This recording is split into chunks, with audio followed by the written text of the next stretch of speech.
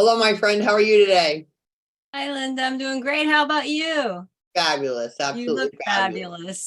fabulous. Thank you. Well, I'm going to turn the floor over to you, Theresa, because you know the whole deal. All right. Thank you, Linda. Thanks. And I And I'll need, monitor the chat. okay, that sounds perfect. Yep. Okay. I need screen sharing enabled, please.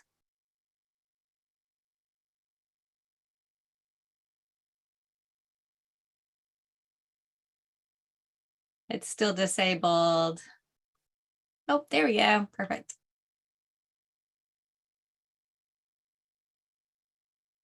Okay. Yep. And thank you, Linda. And as Linda said, I'm Theresa Wilbanks with Sustainable Caregiving. I welcome to construct your empowered caregiver support system. So my work centers on empowering family caregivers by sharing the 12 sustainable caregiving strategies through presentations, workshops, and coaching. And with intention and strategy, caregivers can transform their experience and shift from drowning to navigating, prevent or recover from burnout, manage the turbulent emotions, and reclaim control of the chaos that we feel when caring for a family member. So my hope is that during our time together today, you will begin to look at your caregiving journey in a different light, and that you will feel empowered as opportunity for growth through adversity is revealed. And it's important to note that a caregiver is anyone who is concerned about a family member. So you may see your family member every day, or your family member may be in a care home and you live close enough to visit frequently or infrequently. You may live a few states away or live out of the country. You're a caregiver when you're connected to care. So as we begin, imagine your caregiving journey is like being in a raft on a river. The river has calm sections, obstacles, rapids, and a few waterfalls.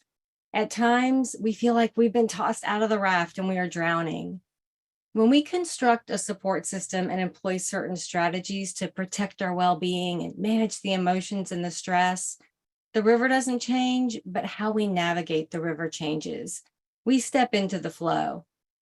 And just like rivers are managed with dams and riverbank reinforcements and reservoirs to prevent flooding, erosion, and sediment buildup, we can manage our environment by establishing a system of protections and routines that support our fragile caregiving ecosystem.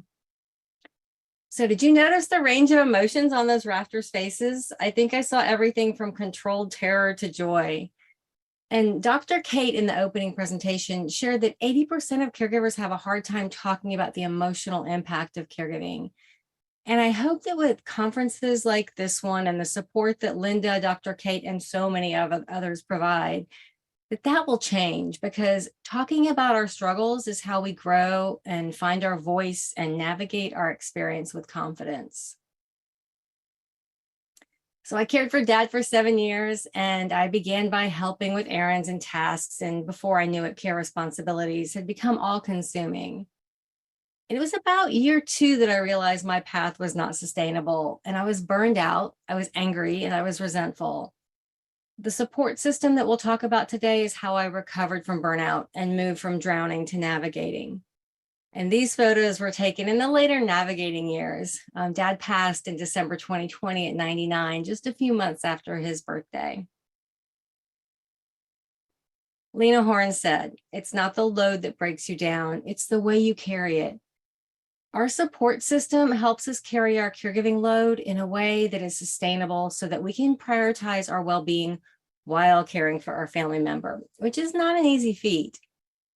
When we experience a significant life change, our support network often changes. So it isn't surprising that we need to rethink and recreate our support system when we step or fall headfirst into a caregiving role.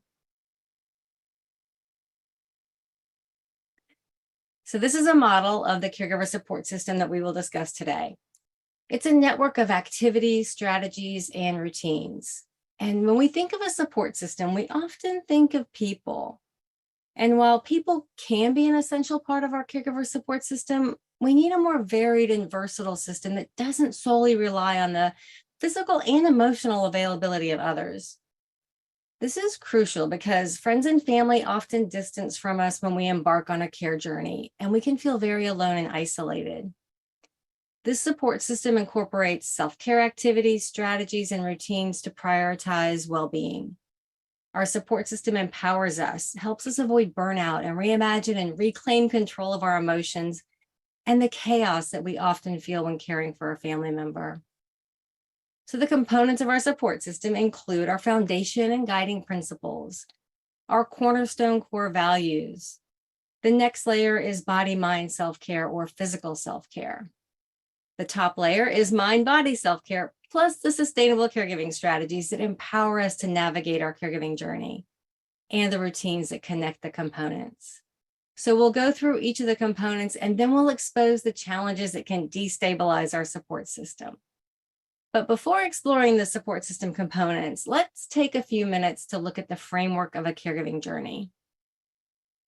Yesterday, Tanya alluded to the caregiving stages, and understanding the framework, the caregiver spectrum, and the phases of caregiving can help you identify where you are in your experience and help you recognize how your support system can best serve you in your current and next caregiving opportunity. For example, with awareness, you will recognize when you've slipped into the deep end and are drowning. Your support system components will help you stay afloat. You'll be able to move more quickly back to navigating when you've done it before, and you know where the life preservers are stored. Theresa, Yes. somebody just said in the chat room, I was drowning before the last conference in November until I heard Theresa speak, and now I am navigating. Oh my gosh. Yeah. That makes my heart happy, and I'm so happy for you. And you know, that's what this is all about, is understanding that we do have some control over our experience. It feels so out of our control, but we can move to navigating, and we are going to fall back into drowning. We will slip back there because something is going to happen. But as I said, once we've done it one time, we can do it again. So that makes me very happy. And if folks want to enter as we're going through the phases, just note where you are in the Q&A and just reflect where you are in your current caregiving journey. And you might be in two places at once if you have two care recipients in mind, or you see someone you might care for on the horizon. And then we'll get back to that in a minute. So when we're beginning the experience, we see an opportunity to care for a family member on the horizon. We're anticipating a caregiving journey. And it's helpful in this phase to start asking questions and having conversations just to better understand what our future might look like. We can stay fit and healthy because caregiving requires stamina. We can connect physical self-care with our emotional state and learn how to manage life stressors by supporting our mental health with self-care. We can learn to read the water and recognize the warning signs on our caregiver river. And in this phase, it's important to resist the urge to stay in denial. Now, when we're wading into the experience, we're helping with errands and tasks, and it feels good to be helping. This is when it's important to look ahead and have more detailed conversations with our family member. We can begin to think about limits and how much is too much help, and begin to plan what we will do when those limits are reached. Ideally, it's the time to begin to understand the importance of prioritizing our well-being while we care for our family member, so that we don't give up the activities that keep us healthy and make us feel whole. We'll talk in a bit about how to reimagine and microdose self-care. It's important to practice this before becoming immersed in the experience. And just to note that the phases are not linear. Caregivers can get tossed out of the raft before they even realize that they're on the caregiver river, and their journey begins with immersion. And after the crisis is over, they might go back to waiting and continue managing for a while. But ultimately, the caregiving experience continues to intensify. And next, we'll talk about becoming immersed in the experience. So I didn't connect to the term or role of caregiver until I was drowning. It's a slippery slope from helping out to burning out. So we can go from waiting to drowning and have no idea how we got there. A hospitalization or a disease diagnosis will immerse us immediately into the experience. And what we need at this point is a connection to support, emotional support, and the opportunity to vent. It's vital to establish routines that include self-care and breaks. Physical self-care, such as adequate sleep, nutrition, and hydration, are essential. A connection to resources is crucial, and the list we get from the hospital when leaving with our family member is not adequate. Without instruction and support, the list can cause rather than reduce overwhelm. And there are no support resources for caregiver well-being on these lists. And as caregivers, we need training at this point. Many caregivers are acting in a certified nursing assistant role without the training, the certification, the salary, or the support staff. And then we need a crystal ball. In place of a crystal ball, research is needed to better understand the future and create a plan. But at this point, we're too overwhelmed, so overwhelmed that we don't have the capacity to do the research and the planning. And we need to receive help. But first, we may need to accept that we need help, and that can be a challenge. After a few years, we begin to navigate the experience. Caregiving is still hard, but we're managing. Our support system and the self-care strategies that we will discuss today are working, and we've learned how to adjust and modify them as circumstances change. There will be another crisis, but we know that we'll be okay. We may be holding on to resentment, and we can benefit from forgiveness, and we may need to forgive ourselves. Another challenge we face is that it's important to think about our own future, but that means our family member will no longer be with us, and there can be a lot of guilt or shame around those thoughts. Next, our family member is transitioning from this earth, and our role is transitioning. We've cared for our family member and worked so hard to help them stay healthy and, frankly, keep them alive. And it can be hard to stop doing and just be with them, which is what is needed at this point. Our support system is vital during this time. And then drifting. It may be 2 years since a family member has passed, and we've lost our purpose, and we're struggling to find our way forward. It's important to reconnect with our passions that we had prior to caregiving. It may be hard to remember what they were. We've lost our purpose, and our support system is critical to our well-being and will serve us well as we transition to a life that doesn't revolve around our family member and care responsibilities. Small steps are the key to moving forward. And for a more in-depth look at the caregiving phases, Denise Brown's book, The Caregiving Years, 6 Stages to a Meaningful Journey, is a great resource. Somebody just said in the chat room, I finally decided to feel better when I decided to embrace everything that had happened. And now I am a mentor for someone else in my support group. Oh, I love that. And we'll Yeah. talk about embracing what has happened and how important that is and how that can empower us. And that is how I moved from drowning to navigating, is embracing what was happening. So I love that. And what were some of the phases that were entered into the chat, into the Q&A?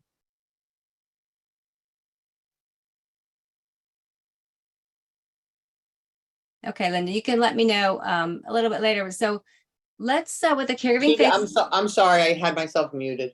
That's okay. Most people said right now they feel like they're waiting. Okay. Oh, good. And I say good because that's the perfect opportunity to prepare. Okay. And that's when you can really become empowered and then again, we'll move into drowning, but you'll know how to move back to navigating. That's fantastic. Okay, so with the caregiving phases in mind, let's look at the first 2 levels of our support system. So our system is grounded in our guiding principles and values, our foundation, which provides strength, stability, and direction for our thoughts and actions. Our values may be rooted in our upbringing and family values, or may be grounded in a philosophy, a spiritual source, or a combination of sources. And we can think of our foundation as our North Star, our internal GPS. The cornerstone, our core value, is the heart. It's our why, the motivation that fuels our life and the conviction behind our decisions and actions. Our motivation may come from love, service, faith, determination, family, hope, obligation, or another core value. And our core values can change as our life evolves. If you haven't given much thought to your core values recently, take some time later to write them out, maybe even explore them in your journal. And just like our guiding principles provide direction when we feel lost, Our cornerstone core value provides hope when we feel hopeless.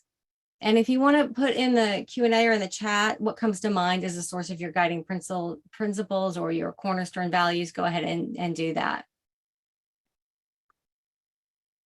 And Linda, you can share those as they come up. So the next layer in our support system is physical self-care. So body-mind self-care activities improve our physical state and consequently positively impact our minds. Sleep, nutrition, hydration, and movement are critical to well-being and critical to our support system. Without adequate attention to our bodies, our physical well-being, we will not have the energy or capacity to care for ourselves in a way that sustains us while we care for our family member. When we sleep well, our thinking is more precise. We're less susceptible to mental and physical illnesses, and we can better tolerate incidents that cause frustration. It's important to eat regularly and with intention, choosing from healthy options so that our brains and bodies are fueled and functioning at optimum levels, just to support us when we're making those difficult decisions. Staying adequately hydrated is equally important. When we're dehydrated, the levels of the stress hormone cortisol increase in our bodies. Staying well hydrated can reduce our stress levels. In addition to our mind being stressed, when we're dehydrated, our body is stressed and not properly supporting us. Next is exercise or some type of movement. And movement supports our physical well-being by getting our blood flowing, delivering nutrients and oxygen to organs, and removing built-up toxins. In addition to the physical health benefits, movement has been connected to many mental health benefits as well, including improved mood and increased feelings of confidence and control. Movement allows us to exert pent-up energy and release happy hormones. Regular exercise has proven to offer long-term anxiety prevention benefits. And the components that support our physical well-being can be prioritized, placed into routines, and protected with boundaries. So prioritizing physical self-care is how we sustain the energy to create the next layer in our support system. And a complete system is how we not only survive, but thrive in our caregiver role and feel confident and capable, not just as caregivers, but as we deal with all of life's challenges. We should also mention that it's important to schedule and attend annual wellness visits, the dentist appointments, and other important sessions that help us remain healthy. In fact, if this makes you think of an appointment that you need to schedule, just write out a quick intention to make that appointment today. So as we said, the next level of our support system sets us up to thrive in our role. This part of our system combines mind-body self-care activities with strategies and routines. And we'll talk about the mind-body activities first. So mind-body self-care activities support our emotional, mental, social, and spiritual well-being, and in turn transform our physical condition. Emotional self-care involves reflecting and processing emotions. So awareness helps us identify our emotions, and practice allows us to lean into them and work through them so that the negative energy doesn't accumulate. Emotional self-care is essential because the turbulent swirl of emotions resulting from caregiving can impact our quality of life. When we regulate the uncomfortable emotions, we create space for joy and happiness. Expressing our creativity through art or cooking, listening to music, or knitting, for example, are each emotional self-care activities that help us relax, flow from the present moment, tune out our worries, and tune into ourselves. Or taking a Good Morning Seminole picture. Oh yes, I love your Good Morning Seminole pictures. And you're right, photography, that's a great one. It just helps us to tune into our surroundings, and that's perfect. And other emotional self-care activities include setting boundaries, journaling, using affirmations or mantras, venting, or engaging in counseling or therapy. So mental self-care involves engaging the brain and stimulating the mind. Mental self-care is crucial because learning and challenging our minds allows us to experience growth and feel relevant rather than stagnant, which is how we might feel. We might feel stuck in our caregiver role. And when we feed our curiosity by learning something new or solving a problem, we feel a sense of accomplishment. Our self-confidence gets a boost. Stimulating the brain keeps it healthy and sharp so that we can make the many decisions required for ourselves and others throughout the caregiving day. Examples of mental self-care include learning a new language, reading, playing an instrument, playing games, listening to a podcast, teaching a new skill, and solving puzzles. Social self-care involves the events that help us connect with people to develop and deepen relationships, which can be in rare supply if friends and family abandoned ship when you became more immersed in caregiving. And activities that cultivate feelings of love and gratitude and connection enrich our well-being. Social self-care is vital because as social beings, we need connections to thrive. When we connect from the heart, we can feel ripples of good vibes for days following the interaction. Connecting with fellow caregivers in a support group is a great way to receive and offer help. Our sense of belonging is strengthened, and in turn strengthens our feelings of self-worth.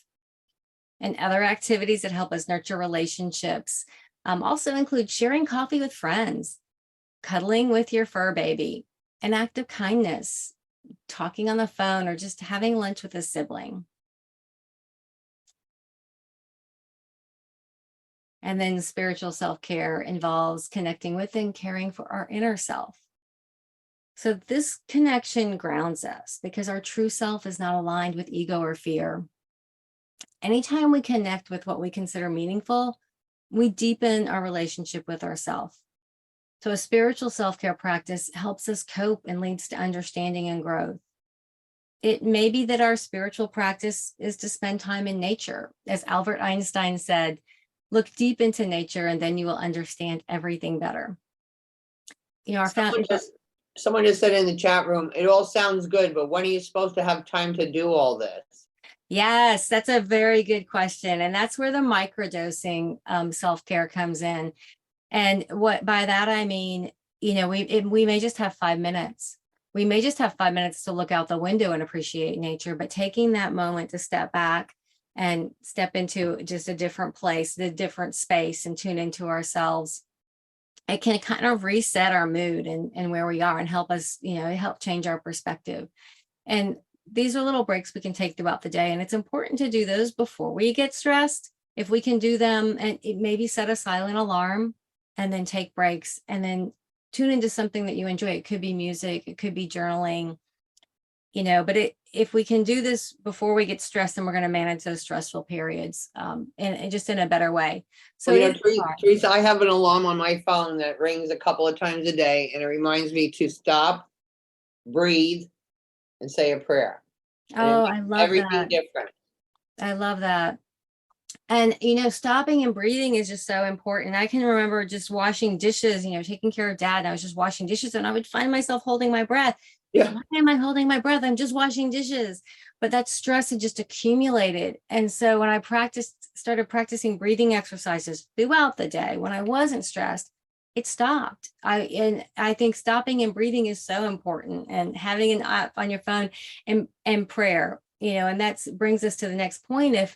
If our foundation is rooted in a belief system that includes prayer, then prayer becomes a key component and an activity to prioritize. And we can do that throughout the day and just take 5 minutes. Yeah. Our spiritual self-care might be devoting moments to stillness, and meditation is a powerful practice that just cultivates peace by unburdening our minds. And a 5-minute meditation is fine if that's all the time we have. It will make a difference. And the more time that we spend nurturing our inner self, more our intuition will guide us to the activities that enrich a deeper connection. So take time to unplug from technology and link to your internal wiring. Spiritual self-care activities also include yoga practice, volunteering, creating a vision board, or just taking time for stillness and reflection. So practical self-care involves the work we do to prepare for upcoming events. And when we develop a new system or strategy, we set ourselves up for future success and less stress. When we create a routine, we organize our day to accomplish our priorities. An organized space facilitates completing tasks efficiently and with less aggravation. Organization and accomplishment produce feelings of calm and control. Practical self-care is important because both engaging in these activities and the result bring a sense of calm and control to what can feel like the chaos of caregiving.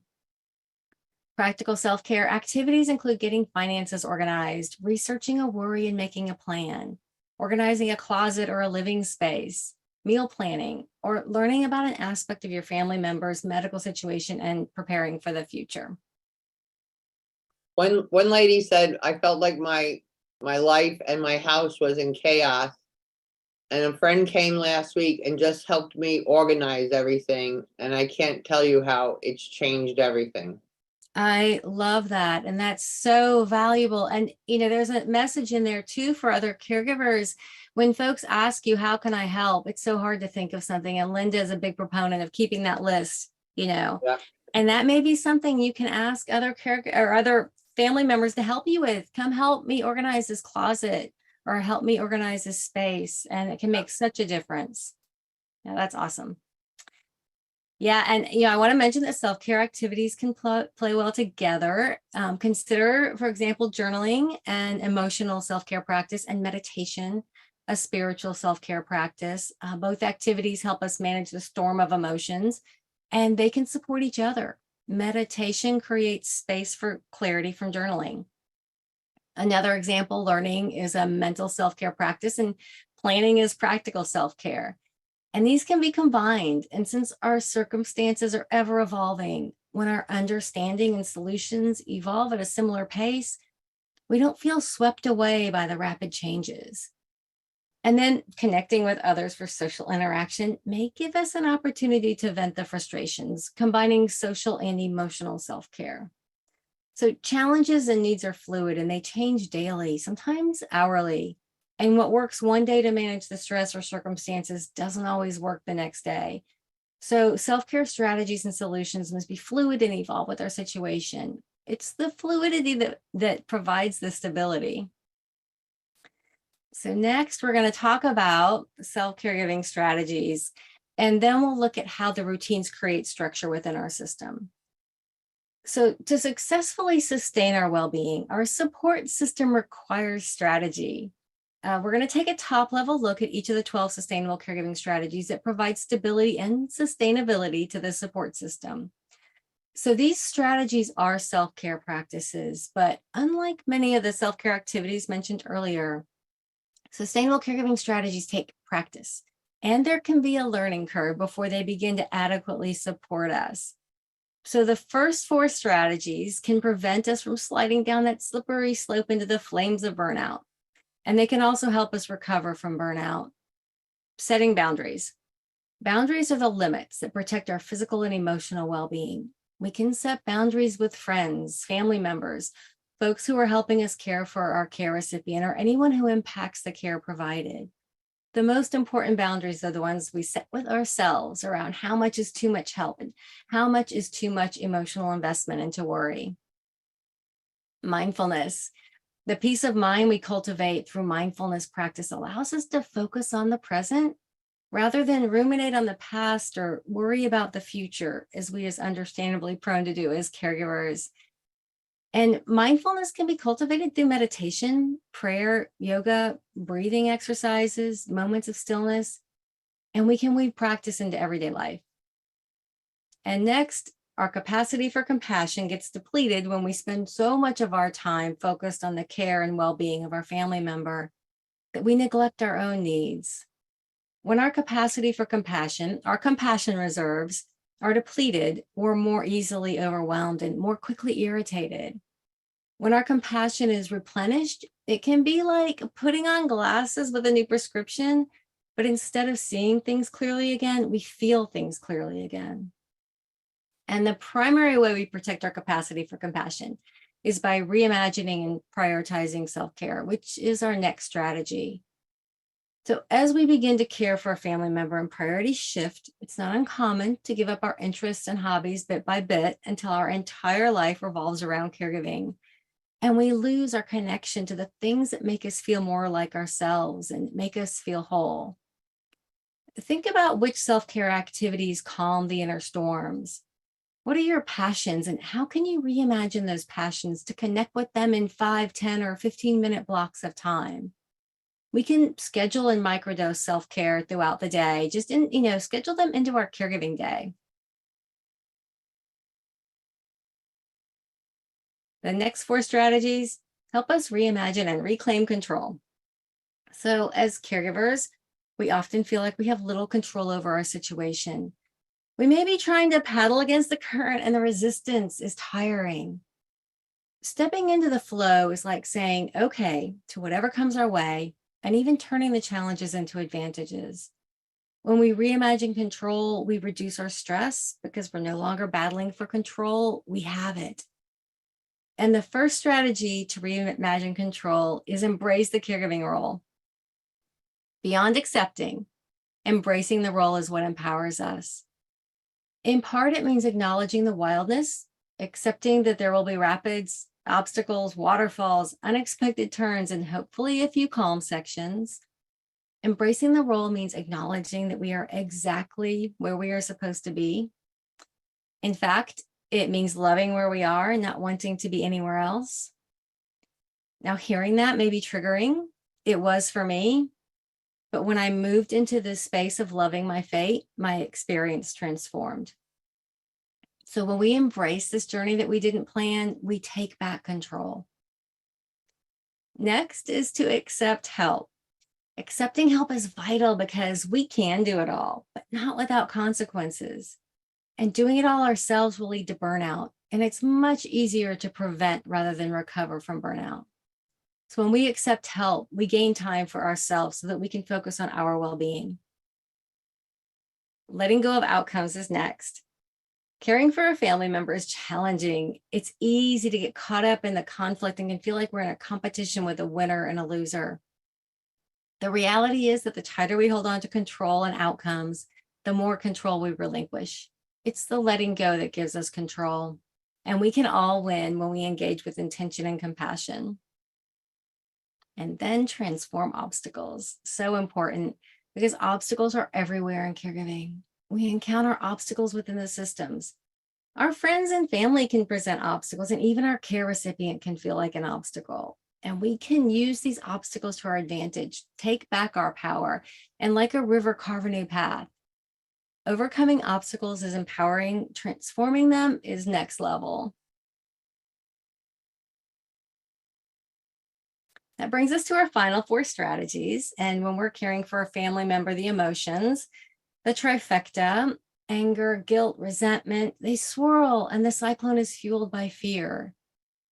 Emotions are neither positive nor negative, but when we hold on to an emotion or it has a hold on us, it can be destructive.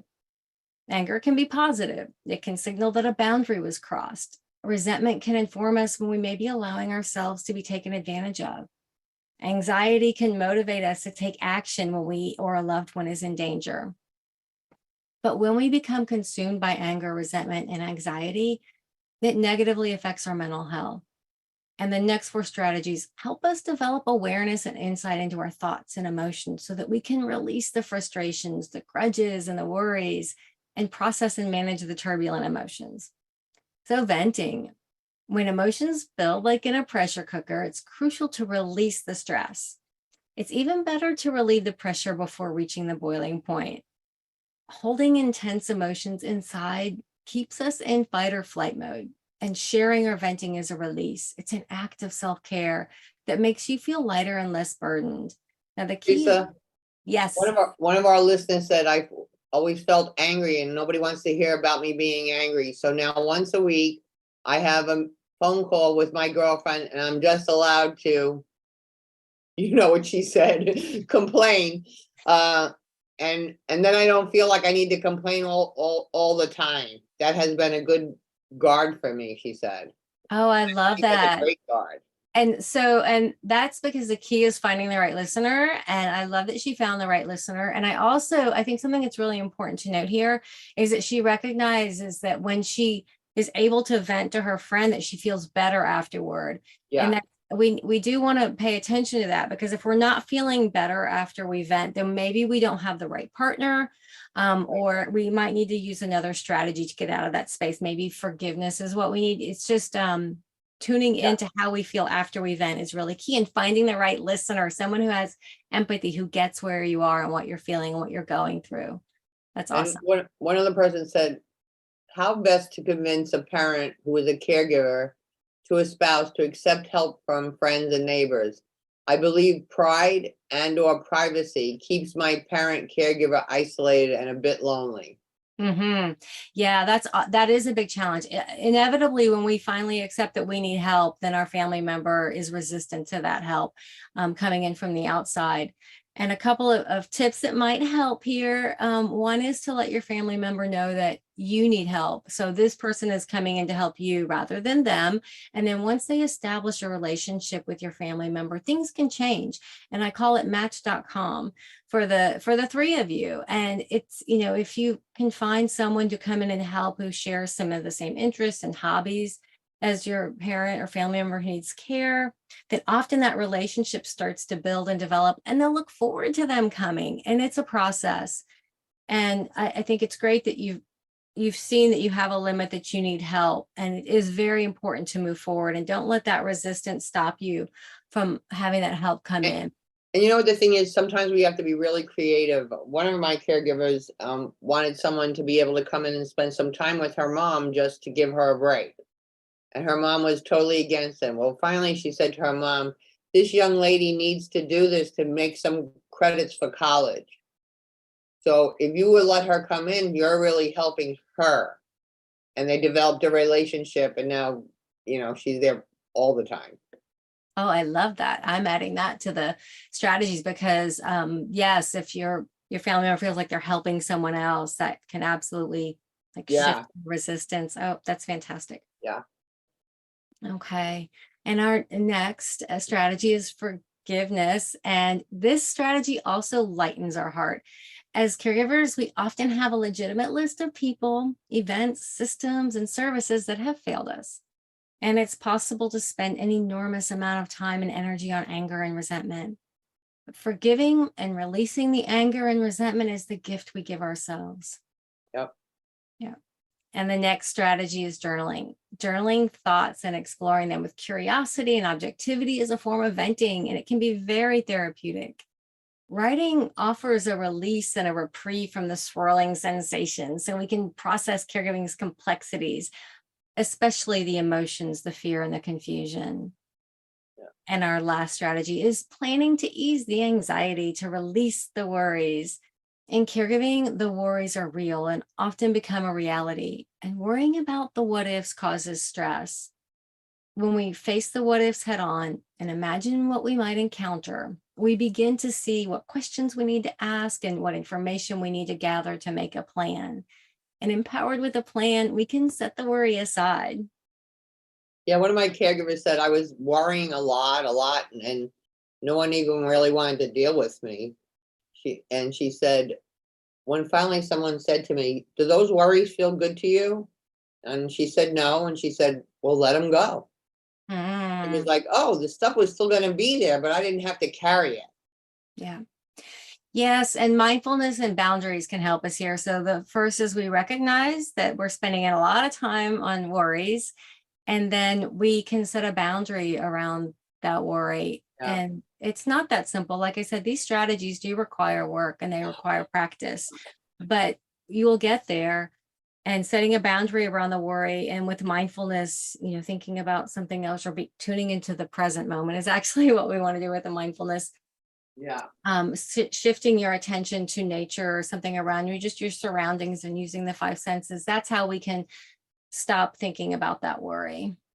So it sounds simple. Just let them go. And once you get there, you're like, oh, it was that simple. But until you get there, it doesn't feel simple at all. So give Right. yourself, this is where we have to forgive ourselves as well. If we're frustrated with ourselves because we struggle to meditate, we are so focused on worries.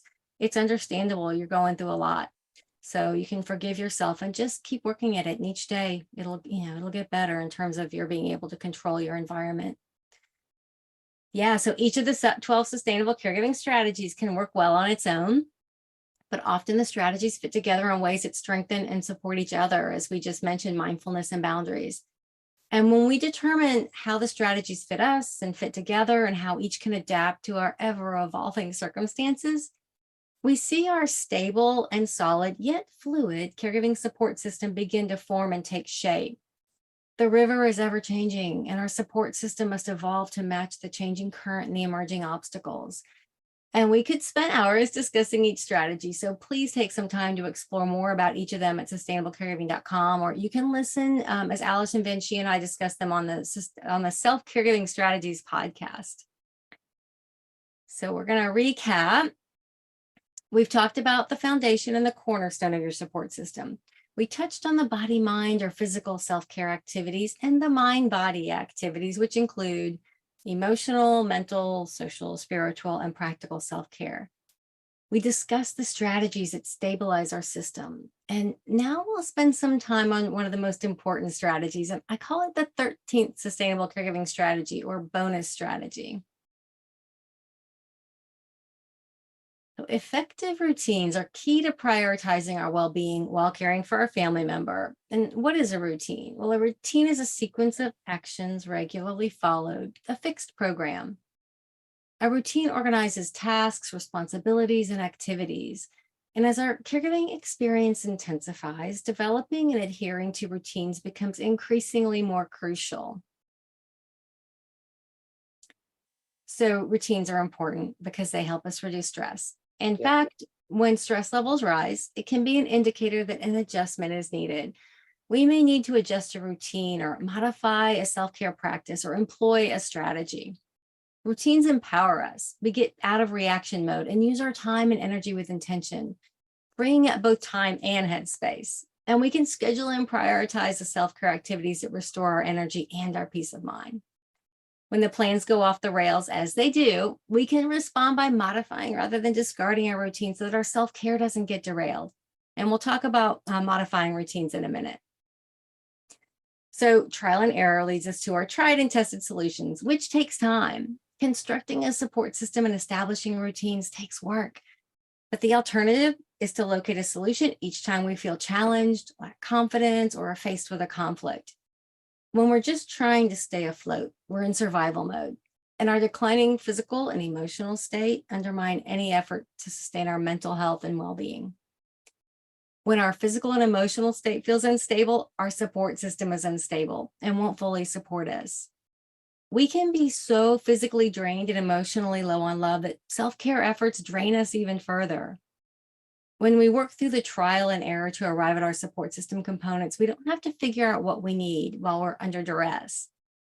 Because under duress, the effort required to respond each time we're knocked off balance is enormous. And when our energy is already spent, it's too easy to reach for a quick fix. A quick fix will likely be an unhealthy option, whether it's food, a drink, or we default to another bad habit that will not serve us well. A quick fix will ultimately add to our feelings of being out of control. For example, caregiving is stressful and comfort food is comforting. It's also fast and filling and is precisely what we might reach for when we're overwhelmed and juggling so many tasks. Our strategy may be simply to stay alive, but survival eating could be killing us. Poor food choices compounded by stress can take a toll on our health. What if you created a list of protein-intense foods and kept the options handy for snacks? Eat based on a schedule, hungry or not. By adhering to a nutrition routine, we regain power, we stay fueled, and we reclaim control of our mood and our mind and our body. In the same vein, wine can definitely help us wind down. Yet it's important to know the difference that the impact alcohol can have when we're stressed so that we make informed choices. We can build a tolerance to the de-stressing effects of alcohol, making anxiety and stress increasingly more challenging to manage. As always, awareness is key and balance is best. So having routines established within our support system keeps us in balance, and it gives us healthy options to choose from when the stress starts to build. Another example, if our anger is intense and is affecting our well-being, and we don't have a way to release the pressure and process the emotions, we feel controlled by outside forces and by our feelings. It takes less effort to rest in rage rather than figure out how to regain control of our emotional and physical state.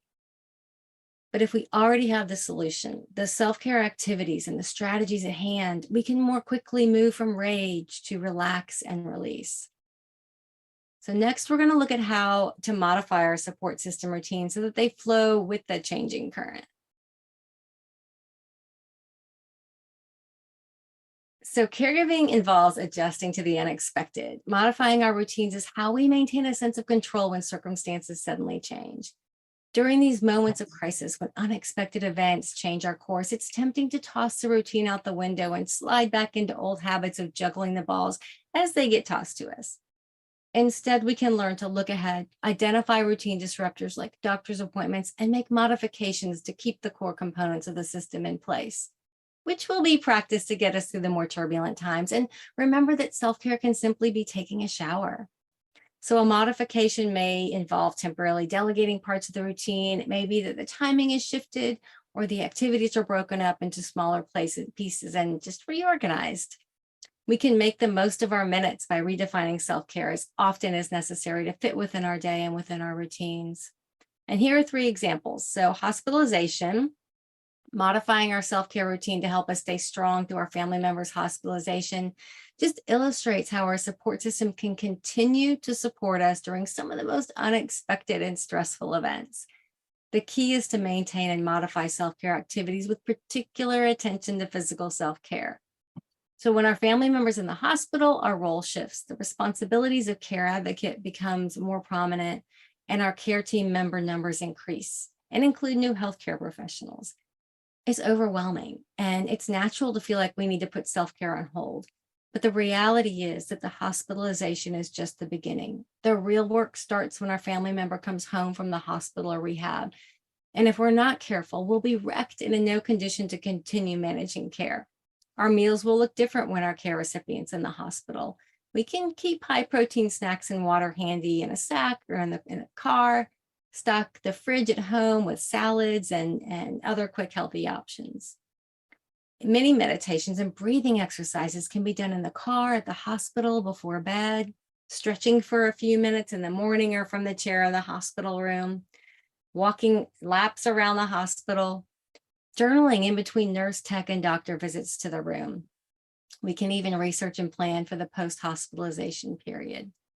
We may not be able to attend support group meetings, but may be able to phone a friend, and it's possible your paid caregiving aides can continue to help in some way. Creativity can inspire you to reconstruct your support system just to fit your circumstances so you can continue to prioritize self-care. And then there are the holidays. Such a stressful period for caregivers. Priorities shift, demands increase, expectations intensify, and we can feel the lack of empathy at a whole new level. So our foundation's guiding principles play a significant role in helping us maintain a calm presence during the holidays when family dynamics can create unwanted drama. We can set boundaries around conversations at the dinner table, reset our expectations, and minimize disappointment. And like in the hospitalization example, we can adjust routines and self-care practices so that we stay strong during this demanding time, so that we don't need a holiday after the holiday. And then throughout any normal day, we encounter unexpected events and can modify routines and adjust and microdose self-care. So we can be proactive and take pre-planned breaks, whether we feel like they're needed or not, eat a healthy snack, whether we're hungry or not. We can phone a friend, write in her journal for 5 rather than 15 minutes, do mini meditations. So these are just some examples, and you'll discover more as you just begin to play around with ways to modify your routines and the activities. And I know this sounds simple, and yet our support system can feel fragile and unstable and like a slide that leads into the flames of burnout. And just to spend a little bit of time on the reasons why. So constructing a stable system involves facing fears and frustrations with candor. Deconstructing the pain and the struggles of caregiving will help you sort through why this experience is so hard, and it is hard. And with clarity, we can strategize to survive it and surpass the pain and even thrive. Facing fear also means facing faults, discovering where we might be blocking our path to a more peaceful journey. And in this way, you'll also experience a journey of self-discovery. We can unknowingly destabilize our support system by resisting routines. And We might resist routines for many reasons. A routine might signify that we're locked into the caregiver role and locked into the responsibilities. It might signify a loss of spontaneity. It may be that we have a routine and we resist changing it as circumstances change. And we might recognize that our outdated routines are hurting rather than helping us manage our newly competing priorities. Consistency is key to a stable support system, and the best way to achieve consistency is to embrace the routine. Self-care activities may not provide stress relief results when strategies are not in sync and not supporting us and our system. Think about paddlers in a raft. What happens when paddling is not in sync? Our intended direction may not be where we are headed. So the strategies and self-care activities are more effective when combined with other strategies. We may run to release the negative energy through physical exertion, but we can't outrun our thoughts unless we've learned to practice mindfulness. Another reason our support system can feel a bit wobbly is that we're disappointed when we don't see immediate results from our self-care activities, and we give up before experiencing the benefits of the practice. And then another reason that it's challenging to create a stable caregiver support system is that we may be clinging to our current system of support, trying to force it to fit our new circumstances, and it may not be obvious that it's no longer working to support us. Friends and family were likely the core of our support system before caregiving, and it can be hard to let go of those expectations and accept that we are in uncharted territory. We need to chart a new course forward with a new map, and that may leave some of our trusted companions behind. And finally, if we're physically and emotionally exhausted, our caregiver self-care practices may not immediately help us feel better. As we move back to a more sustainable experience by focusing on self-care, we'll find that our self-care activities begin to make a difference in how we feel. And the journey becomes an adventure, a meaningful pilgrimage, and a rite of passage. So I know we just have a few minutes left. So just think about how you will begin to establish your support system. Just establish routines and construct your support system and your foundational philosophy and cornerstone belief. How do your guiding principles and values influence your care decisions and actions? And which of the sustainable caregiving strategies would you like to understand better? In your journal, begin to sketch what your fluid meets solid support system might look like. You could draw it in a diagram or just list the components in an outline. And then list and begin to organize specific tasks and self-care activities that can be reimagined and incorporated into a routine. And then begin the process. Just add a few self-care activities into a routine and try it for a week. Look ahead for routine disruptors and modify your routine as needed to maintain consistency. Download the free 12 Sustainable Caregiving Strategies at sustainablecaregiving.com. Choose a strategy from the handout and begin to experiment and explore how it can empower you and stabilize your support system. Now, I know this was a lot to cover in a short time. There are many ways to explore more about each of these topics at sustainablecaregiving.com. You can also check out Navigating the Caregiver River, A Journey to Sustainable Caregiving, available on Amazon. And the Self-Caregiving Strategies podcast explores each of the 12 sustainable caregiving strategies. And if you're interested in working one-on-one, I offer sustainable caregiving coaching packages that may be of interest. So thank you for being here and for listening. Thank you, Theresa. So one of the people said a year ago at your last conference in May, I got Theresa's book and I decided to do one strategy every month. That it felt very overwhelming to me thinking about doing anything, but when I picked out one strategy a month, it really worked out for me.